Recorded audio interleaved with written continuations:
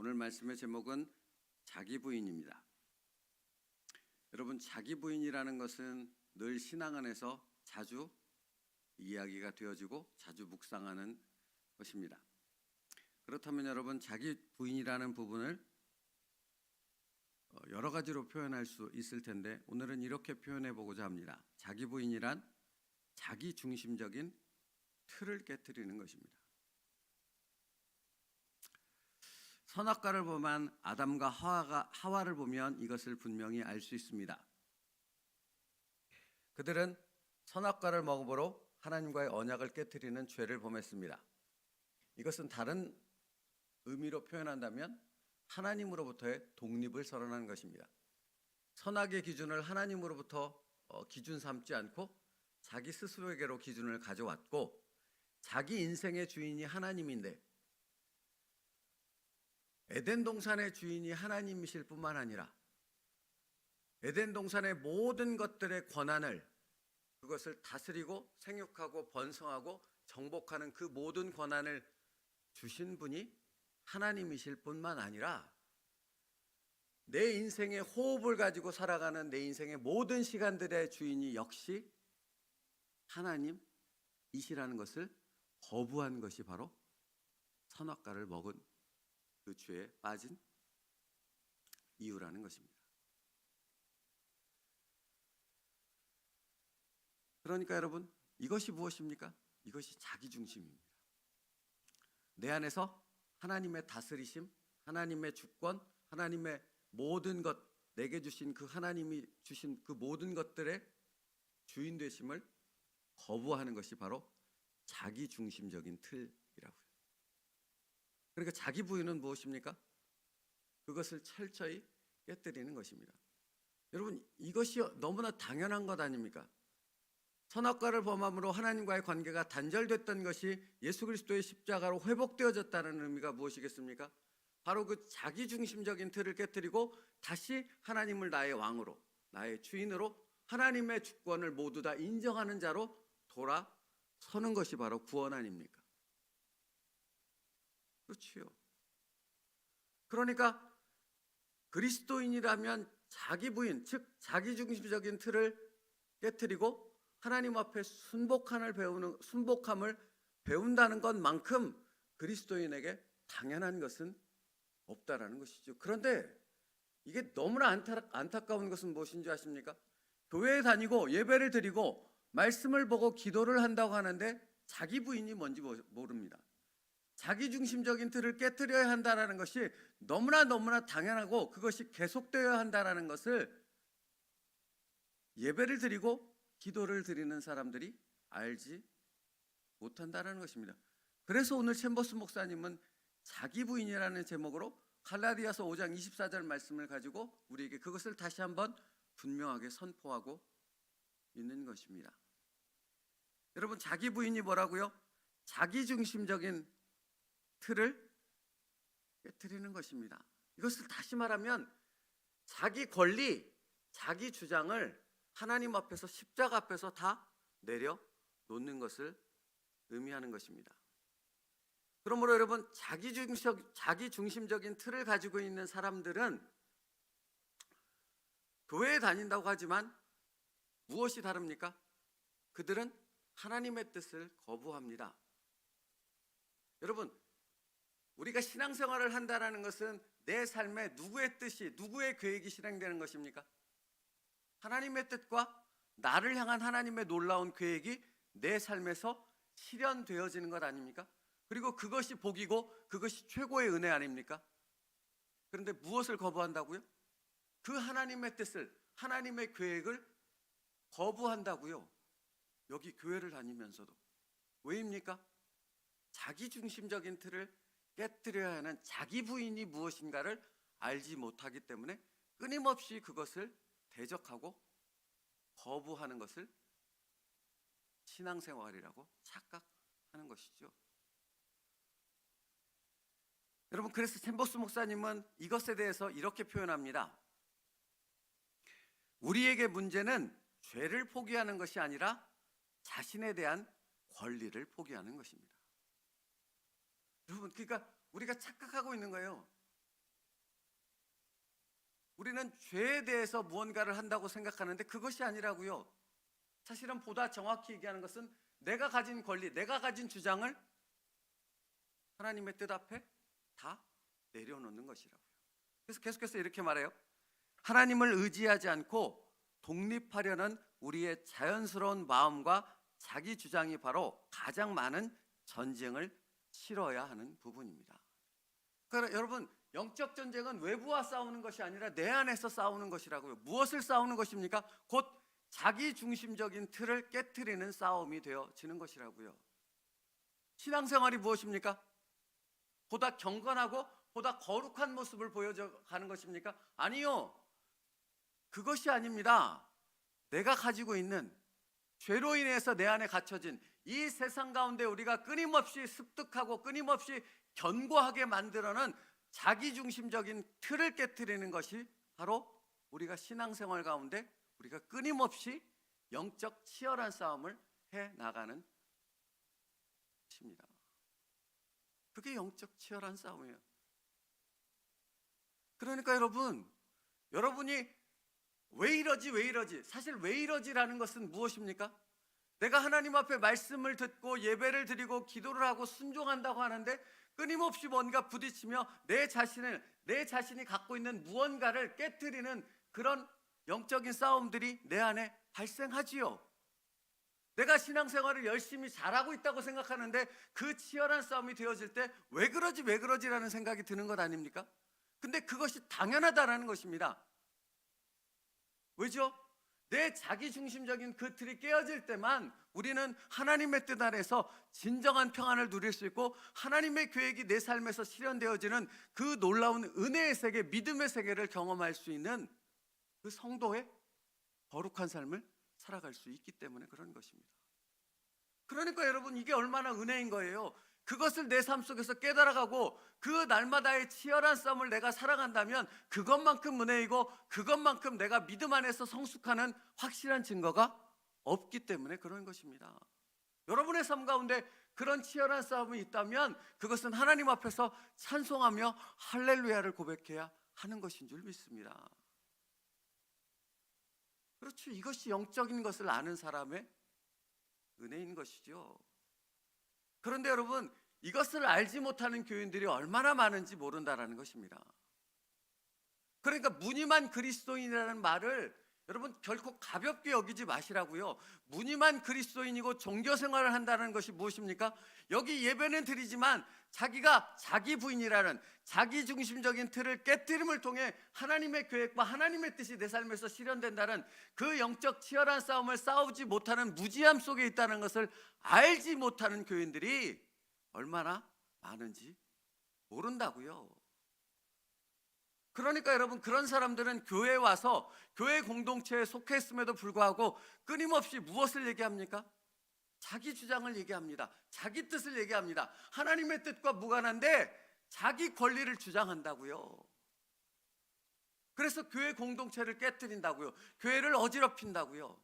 여러분, 하나님은 만홀히 여기시는 분이 아니시라고요. 중심을 보시는 분이라고요. 그 사람의 주장과 그 사람의 권리 주장과 그 사람의 생각을 실행하는 그 모든 것들이 그 중심이 어디 있는가를 정확히 보시는 분이 하나님이시라고요. 그리고 하나님은 무엇 하시겠습니까?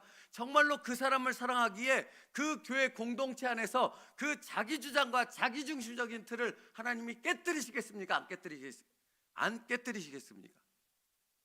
깨뜨리시죠. 가만두시겠습니까? 그럴 수 없죠. 그러면 진정한 그리스도인이 될 수 없는 것을요. 그러니까 여러분, 교회 공동체 안에서 벌어지는 모든 일들은 다 하나님께서 자기 부인으로 인도하시는 하나님의 놀라운 은혜가 실현되는 줄 믿습니다. 여러분, 이걸 볼 수 있어야 돼요. 다시 말하면 이걸 본다라는 것은 하나님 안에서 자기 부인이라는 그 말에 담겨있는 의미를 그 사람은 정확히 알고 있다는 의미이고, 이것을 보지 못하는 영적 무지함 가운데 있는 사람은 끊임없이 이 교회 공동체 안에서 원망과 불평만을 할 수밖에 없는 것입니다. 왜 그런 것입니까? 자기를 깨트리는 자기중심적인 틀을 깨뜨리는 그 하나님의 뜻을 알지 못함으로 그것이 싫은 것이거든요. 그것을 거부하는 것이거든요. 주일날에도 말씀드리지 않았습니까? 출애굽 1세대가 정확히 그런 삶을 살았습니다. 그들은 광야에 들어가서 그렇게 자기중심적인 틀을 깨뜨리고 애굽에 매여 있던 그 과거의 틀에 갇혀서 죄된 습관의 노예의 틀에 갇혀 있던 그들의 모든 것을 깨뜨리고 가나안이라는 약속의 땅, 믿음의 세계로, 그 놀라운 하나님의 세계로 인도하시며 그들을 바꿔가시는 하나님의 손길을 알지 못했기에 끊임없이 그들의 입술에서는 뭐만 나왔어요? 원망과 불평이 멈추지 않았던 것이에요. 그러면 여러분, 우리는 우리 자신을, 성경을 보며 말씀 안에서 우리 자신을 돌아봐야 하지 않겠습니까? 우리의 이 삶, 이 땅에서 호흡하며 살아가는 천국에 가기 전까지 우리의 삶은 그 광야 40년의 기간이 아니겠습니까? 맞지요? 무엇을 깨뜨리는 것입니까? 하나님의 뜻 앞에 순종치 못하는 그 자기중심적인 틀을 깨뜨리는 그 시간들을 살아가는 것입니다. 그러면 여러분, 그 첫 번째 영적인 싸움은 어디서 일어나는 줄 아십니까? 여기요. 교회 공동체 안에서 먼저 일어납니다. 첫 번째 싸움이. 당연한 것 아니겠습니까? 여러분, 주일날 말씀드렸지 않습니까? 예수님은 우리를 예수님과 하나로 묶으셨습니다. 그게 어디입니까? 교회 아닙니까? 왜 묶으셨습니까?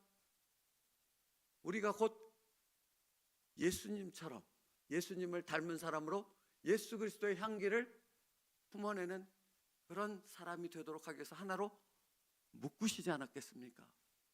그런데 여러분, 예수 그리스도의 향기는, 예수 그리스도를 드러내는 것은 내가 의지로 노력한다고 되어집니까? 아니요. 그럴 수 없습니다.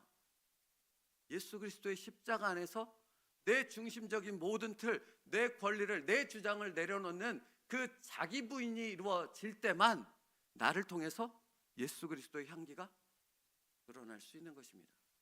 그것이 어디서부터 훈련되어지겠습니까? 여기 교회 공동체요.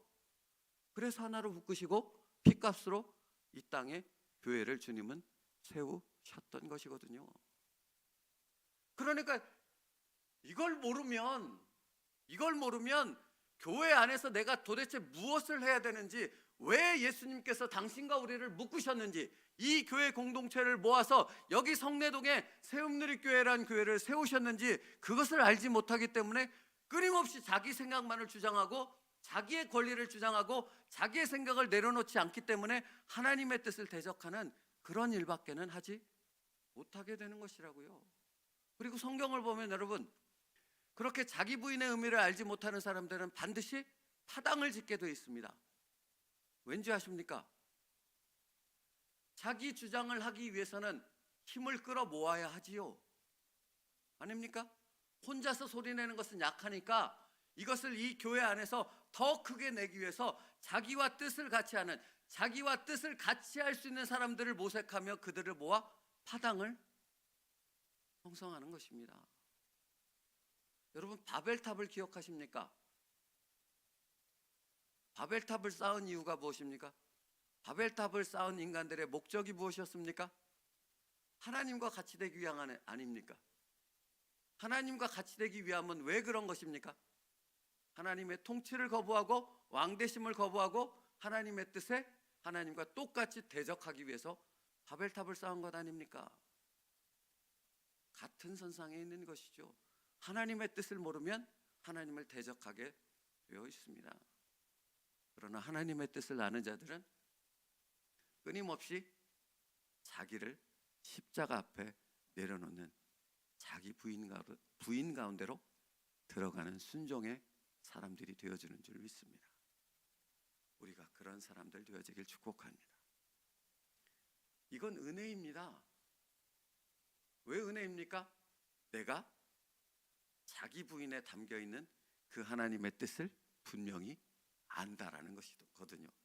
그 사람은 영적인 사람이라는 의미이거든요.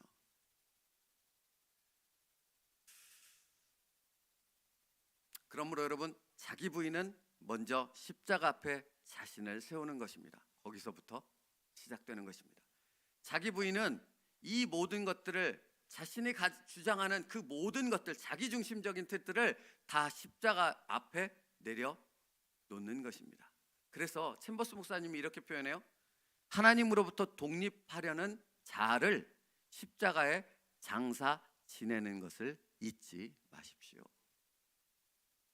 여러분, 자기 부인은 하나님으로부터 독립하려는 그 내 모든 그 도발적인 행동의 그 모든 생각과 선택과 그 모든 것들을 다 장사 지내는 것이라고 말하잖아요. 그럼 여러분, 여기서 잊지 말아야 될 또 하나의 진리가 뭔지 아십니까? 그렇게 십자가 앞에서 장사 지내는 자기를 부인하는 그 모습은 한 번으로 끝나겠습니까? 계속되어야 하겠습니까? 계속되어야 합니다. 계속되어야 한다고요. 여러분, 우리 안에 죄의 옛 습성, 말하자면 애굽으로 돌아가자 말했던 출애굽 1세대의 모습은 계속되었지요. 끊임없이 그런 자기 부인의 모습이 계속되어야 하는 이유가 바로 거기 있습니다. 죄성의 모습이, 옛 습관의 모습이 끊임없이 내 주장과 내 권리를 주장하고자 하는 그 사단의 유혹과 도전에 의한 그 충동에 의한 나의 그 본성적인 그 모습들이 끊임없이 내 안에서 치밀어 올라오지 않습니까? 그렇죠. 그것을 계속해서 십자가에 못 박아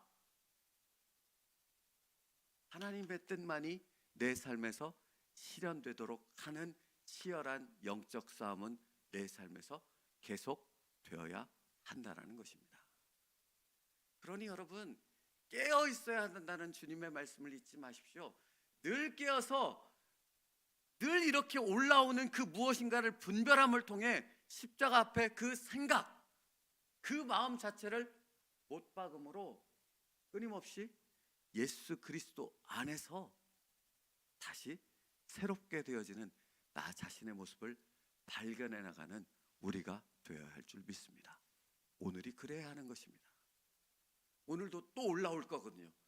오늘도 뭔가 내 주장과 내 생각으로 뭔가 그럴듯하게 나를 뒤흔드는, 내 은혜의 삶을 하나님의 뜻 앞에 순종하려는 그 믿음의 삶을 뒤흔들려는 사단의 유혹은 또 있을 것이거든요.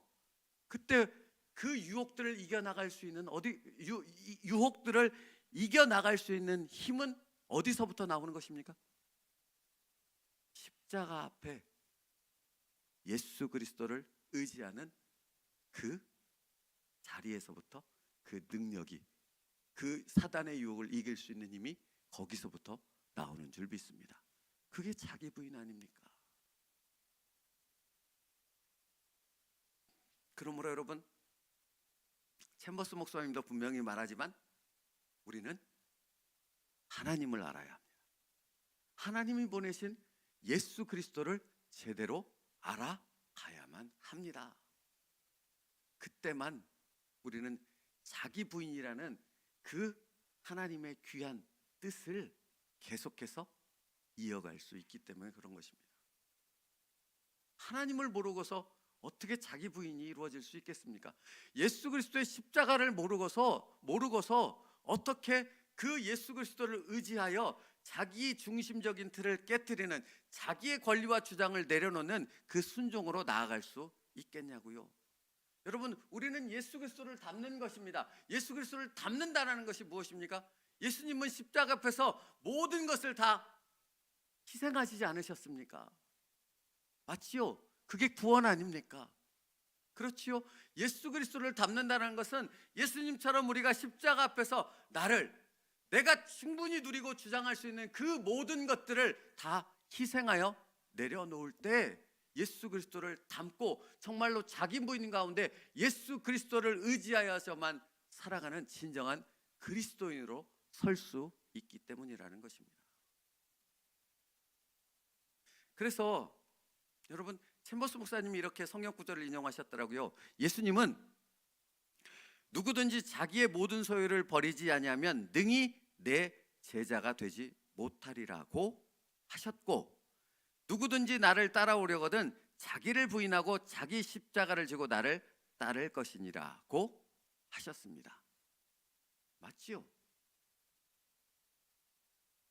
그렇습니다. 이것이 예수 그리스도의 사람, 예수님을 따르는 사람의 모습입니다. 나를 내려놓지 않고서는, 자기를 부인하지 않고서는, 자기 중심적인 틀을 깨트리지 않고서는 그리스도인이 될 수 없다는 의미입니다. 그러면 내가 그리스도인이라면, 내가 교회 공동체 안에서 하나님이 거룩한 성도로 부른 자이라면 바로 이 공동체 안에서 그 자기 부인이 실현되는 것을 날마다 나의 희생과 순종을 통해 경험하는 자가 되어져야 한다라는 의미거든요. 그러니까 여러분, 내가 내 삶 속에서 그것을 경험하고 있다라는 것만큼 은혜요, 축복이 없는 것입니다. 그리고 그렇지 않은 자들을 위해서 우리는 기도해야 되는 거예요. 왜냐하면 그들은 그것을 알지 못하는 영적 무지함 가운데 있기 때문이에요. 그들을 향하여 삿대질하고 그들을 향하여 어떤 기준을 갖고 비판하고 판단할 이유가 아니고, 그들을 위해서, 그들의 영적 무지를 위해서 우리는 중보하여 기도하는 자가 되어야 하는 것입니다. 그래서 챔버스 목사님은 또 이렇게 말해요. 예수의 사람들은 그 육체를 십자가에 못 박았느니라. 이는 당신 안에 있는 자연적인 것들의 어떤 부분만이 아니라 전부 희생해야 한다는 뜻입니다.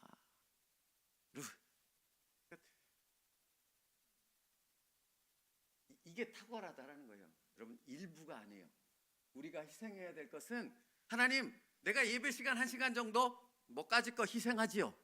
내가 한번 화낼 수 있는 거 참고 입 다물고 내가 견뎌보지요. 인내해보지요. 참아보지요. 이 정도 수준이 아니라는 것입니다. 뭘 희생해요? 전부를 희생해야 된다고. 그러니까 여러분, 사랑장에서 말하는 것은, 사랑하라고 말씀하신 주님의 말씀 가운데 사랑은 어떤 것이라고 말씀합니까? 사랑은 모든 것을 견디며 모든 것을 참으며 모든 것을 바란다고 말씀하지 않습니까? 그죠? 이게 예수 그리스도의 사랑입니다. 어느 일부분, 어느 조금이 아니라 십자가 앞에서 모든 것을 희생하는 것이 곧 자기 부인이라고 예수님은 말씀하셨다라는 거예요. 그러니까 여러분, 이것이 영적 치열한 싸움이고 계속돼야 하는 것이 그것입니다. 여러분은 그런 기도 안 해보셨어요? 저는 수없이 많이 봤습니다. 하나님, 어디까지 참아야 됩니까? 도대체 어디까지 견뎌야 됩니까? 어디까지 인내해야 됩니까? 이 얘기가 나오지 않습니까? 이 얘기가 나와야만 하는 것입니다. 맞죠? 이 얘기가 나온다는 것은 내가 제대로 된 길을 걸어가고 있다는 것이에요. 왜냐하면 주님은 나에게 모든 것을 희생해야 된다고 말씀하고 계시거든요. 근데 우리는 끊임없이 그 자기중심적인 틀에 의해서 어디까지 희생해야 되고 어디까지 참아야 되고 어디까지 견뎌야 됩니까? 라는 불평을 얘기하게 되어 있는 것이죠. 그런데 그 불평 가운데 우리는 깨닫게 되어지는 것이죠. 예수 그리스도의 십자가에서 모든 것을 다 희생하신 그 주님의 모습을 보며, 아, 그렇군요, 주님. 내가 아직도 덜 되었군요. 아직도 부족한 것이군요. 내 모든 것을 다 주님 앞에 희생해야 되는 것이 나를 향한 주님의 뜻이며 나를 인도하시는 주님의 계획이군요 라는 것을 고백하게 되어지는 것이죠. 그리고 그것을 통해서 정말로 참된 거룩한 성도의 모습으로 서게 되어지는 줄 믿습니다. 우리는 그 길을 가고 있습니다. 그래서 자기 부인은 우리에게 은혜이며 축복인 줄 믿습니다. 말씀 마치겠습니다. 챔버스 목사님의 표현을 들고 말씀 마칠게요. 자연적인 삶은 영적인 삶이 아니고 오직 희생을 통해 영적으로 될 수 있습니다. 만일 결단을 통해 자연적인 삶을 희생시키지 않으면 초자연적인 삶이 결코 우리 안에서 자연스럽게 될 수 없습니다. 거기에는 왕도가 없습니다. 우리 각자의 손에 완전히 달려 있습니다. 문제는 기도가 아니라 실제로 자연적인 삶을 희생시키는 것입니다. 그렇죠, 여러분? 우리가 결단하여 십자가 앞에서 우리를 내어놓고 희생해야 합니다. 일부가 아니라 전부. 그런데 여러분 잊지 마십시오. 이것은 나 홀로 할 수 있는 일이 아닙니다. 오직 예수 그리스도 안에서 예수 그리스도를 의지할 때만 그렇게 되어지는 줄 믿습니다. 그러므로 여러분, 오늘도 우리가 붙들어야 될 것은 예수 그리스도의 십자가뿐입니다. 예수 그리스도의 십자가를 통해 오늘도 자기를 부인하는 그 길을 걷게 하여 주옵소서. 그 길이 은혜요, 그 길이 축복의 길임을 깨닫게 하여 주시옵소서. 이렇게 기도할 수 있는, 그리고 오늘 하루를 살아갈 수 있는 저와 여러분 될 수 있기를 축복합니다. 기도하겠습니다. 살아계신 하나님 감사합니다. 오늘도 이 말씀을 듣게 하시기 위해 이 새벽에 우리를 이 자리에 부르신 줄 믿사오니, 주님, 예수 그리스도 안에서 자기 중심적인 틀을 깨트리는 그 은혜의 자리로 나아가게 하여 주시옵소서.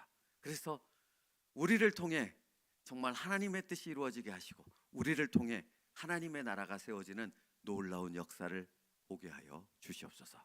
예수님의 이름으로 기도 올리옵나이다. 아멘. 우리 찬송가 151장 박수 치면서 찬양하고 기도하겠습니다. 151장입니다. 요즘에는 계속해서 저에게 그런 마음이 듭니다. 우리 공동체의 연약한 지체들을 위해서 기도하기를 원합니다. 아시죠, 여러분? 하나님은 우리를 자기 부인에 자기 중심적인 틀을 깨트리려고 이 공동체 안에서 인도하신다고 했잖아요. 그래서 치열한 싸움이 있습니다. 그 치열한 싸움이 정말 엎치락 뒤치락하며 그들의 삶 가운데서 일어나고 있는 것을 우리는 너무 잘 알고 있지 않습니까? 우리 그 한 사람 한 사람을 놓고 중보하여 기도하길 원합니다. 예수의 이름으로 일어서도록, 예수의 이름으로 승리하도록 그들의 이름을 부르며 오늘 함께 중보해서 기도했으면 좋겠습니다.